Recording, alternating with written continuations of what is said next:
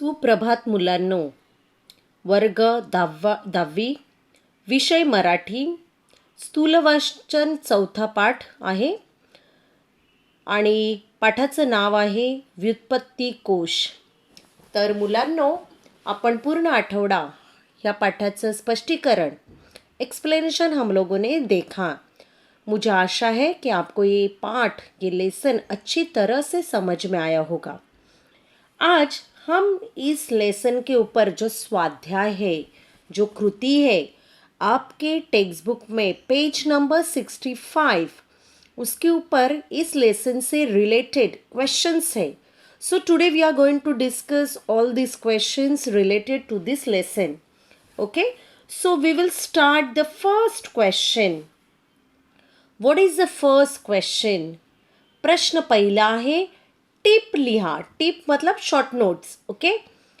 व्युत्पत्ती कोशाचे कार्य, जो इटमोलॉजिकल जो डिक्शनरी है, उसका कार्य, काम क्या है? कोश मतलब डिक्शनरी, तो वो क्या काम करती है या उसका फंक्शन क्या है, उसके बारे में आपको शॉर्ट नोट लिखनी है. तर चला बघूया मुलांनो ह्या प्रश्नाचं उत्तर. उत्तर बघा मी काय दिलेलं आहे. व्युत्पत्ती कोशाचे कार्य. ओके. व्युत्पत्ती म्हणजे एखाद्या शब्दाच्या किंवा अर्थाच्या मुळाचे ज्ञान होय. First you have to give the definition of व्युत्पत्ती. व्युत्पत्ती सांगणे म्हणजे एखाद्या शब्दाच्या मुळाविषयी माहिती देणे होय. मतलब वो शब्द, उसका मूल, उसका बेस, उसका फाउंडेशन क्या है, उसके बारे में इंफॉर्मेशन देना मतलब व्युत्पत्ति. वो कैसे निर्माण हुआ है, कैसे तैयार हुआ है, उसका अर्थ क्या है. अशा अनेक शब्दांच्या व्युत्पत्तीचा संग्रह म्हणजे व्युत्पत्ति कोश. ऐसे बहुत सारे शब्दों का संग्रह, कलेक्शन एक किताब में किया गया है, उनको अरेंज किया है प्रॉपरली, उनकी स्टडी करके, तो उस किताब को, उस बुक को व्युत्पत्ति कोश कहते हैं. व्युत्पत्ति कोशाचे कार्य 4 प्रकारे चालते. देखो, व्युत्पत्ति कोश अपना कार्य 4 प्रकार से करते हैं.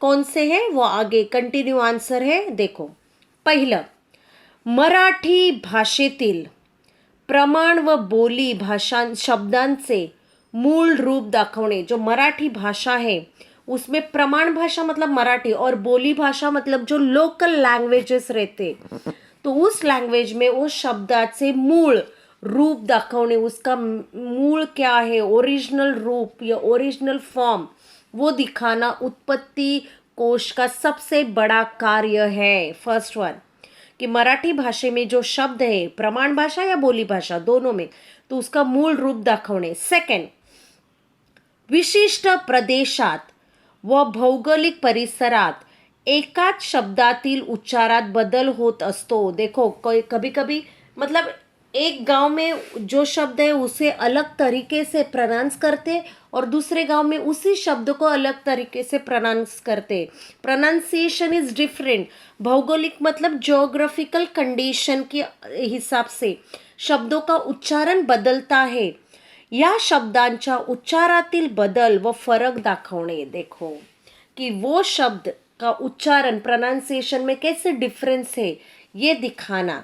अलग अलग भाषा में, जैसे हम लोगों ने देखा ना कि हिंदी में क्या बोलते हैं, गुजराती में क्या बोलते हैं, ओडिया में, ओडिशा में क्या बोलते हैं, महाराष्ट्र में क्या बोलते हैं, वैसे कि अलग अलग प्रदेश, प्रदेश मतलब जैसे स्टेट, या अलग अलग प्रदेश में अलग अलग शब्द का उच्चारण होता है. एक ही शब्द लेकिन उच्चारण अलग. थर्ड वन, भाषेमध्ये इतिहासाच्या दृष्टीने फरक होत असतात. आपको मालूम है कि जैसे जैसे हमारी हिस्ट्री बदलती है या इतिहास हमारा बदलता है, वैसे लैंग्वेज में बहुत सारे बदल होते. आपको मालूम है कि 100 साल पुरानी जो भाषा थी मराठी, वही अभी है क्या? जो पेशवा मराठी बोलते वही अभी है क्या? नहीं. शिवाजी महाराज की लैंग्वेज मराठी, लेकिन उसमें क्या हो गया है, बदल होता है. वैसे भिन्न भिन्न काळात जे शब्दात बदल होतात त्या बदलांचे कारण स्पष्ट करणे, की ये बदल क्यों हुआ, उसके पीछे रीजन क्या है, वो रीजन आपको व्युत्पत्ती कोश में मिळता है. 4th वन, भिन्न भिन्न समाजात वेगवेगळ्या कारणांनी शब्दांच्या अर्थाच्या अंगानेही बदल संभवतात. हे अर्थातील बदल स्पष्ट करणे. भिन्न भिन्न समाजात, भिन्न भिन्न मतलब अलग अलग समाज में, वेगवेगळ्या कारणाने, अलग अलग रीजन से, शब्दाच्या अर्थाच्या अंगाने, तो उस शब्द का जो अर्थ है उसका बदल संभवता, चेंज होता है. तो ये बदल स्पष्ट करने. तो ये हो गया बच्चों आपका जो फर्स्ट क्वेश्चन है पेज नंबर 65 पे, उसका answer. Now we will go to the next question, that is खालील मुद्द्यांवर एक परिच्छेद तैयार करा. परिच्छेद मीन्स पैसेज. आपको पॉइंट्स दिए हैं और उस पॉइंट से रिलेटेड आपको आपका आंसर बनाना है. क्या है पॉइंट्स, देखो. व्युत्पत्ति कोश एक साइड में आपको दिया और दूसरे बाजू में उस व्युत्पत्ति कोश से रिलेटेड कुछ पॉइंट्स दिए. कौन से हैं वो पॉइंट्स, देखो. निर्मितीचा ठराव, निर्मिती मतलब वो तैयार करने का जो उन्होंने प्रपोजल रखा उसके बारे में. निर्मितीची जबाबदारी, वो बनाने की रिस्पॉन्सिबिलिटी किसे दिए. 3rd वन, निर्मितीसाठी अर्थ सहाय्य. अर्थ मीन्स फायनान्स, पैसा. सहाय्य मतलब मदत, फाइनेंशियल हेल्प. 4th वन, त्याचे प्रकाशन, वो पब्लिश कब हुआ, कैसे हुआ, इसके बारे में जानकारी. तो बच्चों इस क्वेश्चन का आंसर आपके टेक्स्ट बुक में पेज नंबर 64 पे दिया है. तो वो आंसर आपको पैराग्राफ में अच्छी तरह से लिखना है. तो देखते हैं हम लोग उसका आंसर. बघा, व्युत्पत्ती कोश. एखाद्या शब्दाचे कुतूहल शमवण्यासाठी आपण व्युत्पत्ती कोशाची मदत घेतो. देखो, एक मतलब कोई शब्द, उसका मीनिंग आपको मालूम नहीं है या उसका ओरिजिनल वो कहाँ से आया वो मालूम नहीं है, तो उसका मीनिंग ढूंढने के लिए, उसका अर्थ ढूंढने के लिए हम लोग व्युत्पत्ति कोश लेते हैं. तो यही कहा है कि कुतूहल मतलब क्यूरियोसिटी, जिज्ञासा हमारे अंदर तैयार होती है और उस जिज्ञासा को सैटिस्फाई करने के लिए हम लोग व्युत्पत्ति कोश लेते हैं. व्युत्पत्ती कोशात आपल्याला मूळ शब्द कसा, केव्हा, कुठे निर्माण झाला हे तर कळतेच, परंतु अन्य भाषेत तो शब्द कसा आहे वो कोणत्या रूपात आहे हेही कळते. देखो बच्चों कि व्युत्पत्ति कोश में अगर आप ढूंढेंगे, मतलब किसी एक वर्ड का मीनिंग ढूंढेंगे, तो वो शब्द कैसे तैयार हुआ, कब तैयार हुआ और कहाँ पे तैयार हुआ, किस तरह से तैयार हुआ, ये सारी माहिती या इन्फॉर्मेशन आपको मिलता है. लेकिन साथ ही साथ अन्य भाषा, अन्य लैंग्वेज में उस शब्द का उच्चारण कैसे करते, वो कौन से रूप में है, इसी के बारे में भी जानकारी आपको व्युत्पत्ति कोश में मिलती है. असा हा शब्दांचा किमयागार कसा अस्तित्वात आला. किमयागार मतलब जादूगार या जादू. अस्तित्वात मतलब प्रेजेंस में वो कैसे तयार हुआ हे समजून घेणे उद्बोधक ठरेल. बघा, 1938 साली जेव्हा मुंबई येथे अखिल भारतीय मराठी साहित्य संमेलन भरले होते, तेव्हा स्वातंत्र्यवीर सावरकर हे या संमेलनाचे अध्यक्ष होते. त्यांच्या अध्यक्षतेखाली व्युत्पत्ती कोशाचे कार्य हाती घ्यावे असा ठराव या संमेलनात मंजूर करण्यात आला. देखो, आपका फर्स्ट पॉइंट कवर हो गया यहाँ पे. कृपा कुलकर्णी यांच्यावर संपादनाची जबाबदारी सोपवण्यात आली. संपादन मतलब वो तैयार, कार्याची जबाबदारी कि आप व्युत्पत्ती कोश तैयार करेंगे. बॅरिस्टर मुकुंदराव जयकर यांनी अर्थसहाय्य केले व श्री दाजीसाहेब तुळजापूरकर यांनी पुरस्कृत केल्यामुळे निर्मिती भरीव मदत केली. ओके, मतलब दाजी साहेब तुळजापुरकर उन्होंने भी हाथभार लगाया, उन्होंने भी हेल्प की. इसलिए ये जो व्युत्पत्ति कोश है इसकी निर्मिती बहुत जल्दी हो गई और अच्छी तरह से सबके कोऑपरेशन से हो गई. 1946 साली मराठी व्युत्पत्ति कोशाचे पहिले प्रकाशन झाले. देखो, आपके चारों पॉइंट्स यहाँ पे कवर हो गए हैं बच्चों.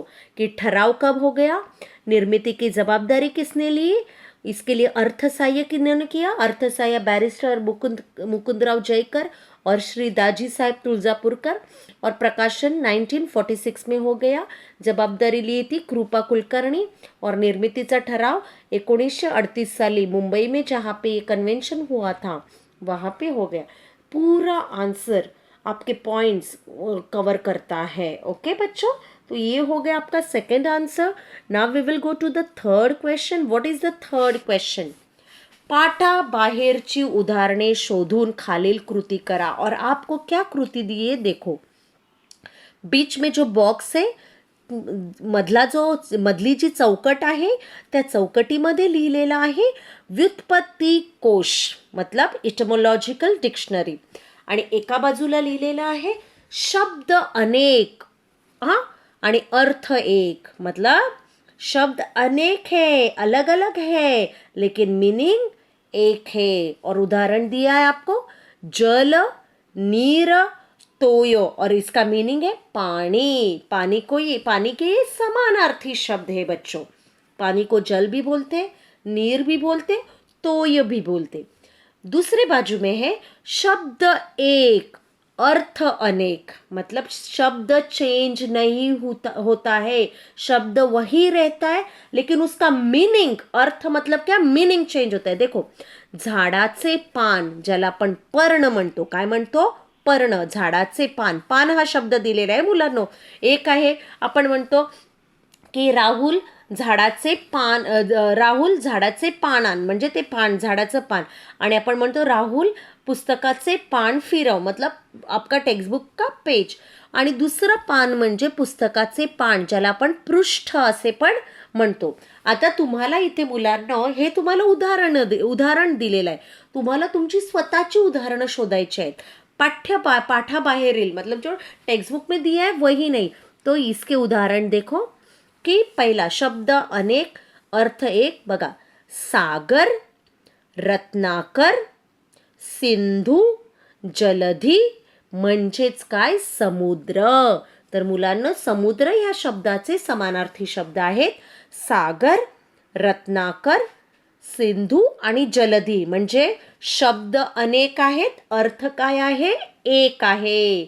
शब्द बघा वेगवेगळे आहेत की नाही, एकच शब्द आहे का, नाही।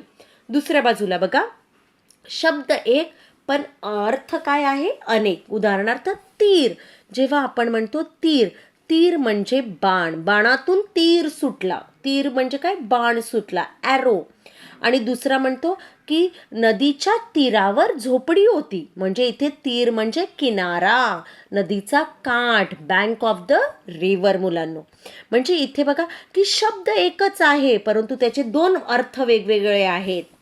आणखी मी एक उदाहरण देते तुम्हाला। आणखीन बघा उदाहरण आपण काही, की माय, माता, जननी, जन्मदात्री, ह्या सर्व शब्दांचा अर्थ काय आहे, एकच आहे, आई। काय अर्थ आहे, की शब्द अनेक, अर्थ एक, आई।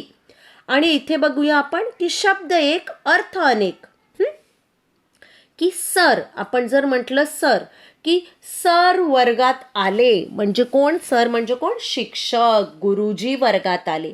आणि म्हणतो की सर, सर, सर म्हणजे काय, डोकं, डोक्याला पण आपण सर म्हणतो। ओके, म्हणजे शब्द एक आहे, अर्थ वेगळे आहेत मुलांनो।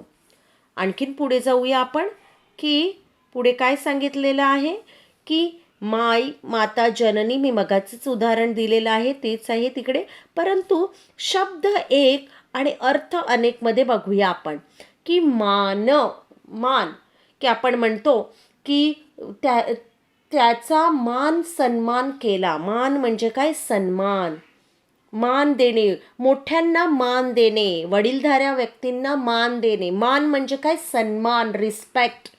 आणि म्हणतो की मी जर असं म्हटलं माझी मान खूप दुखते, म्हणजे मान म्हणजे शरीराचा अवयव। ओके, हा हा हा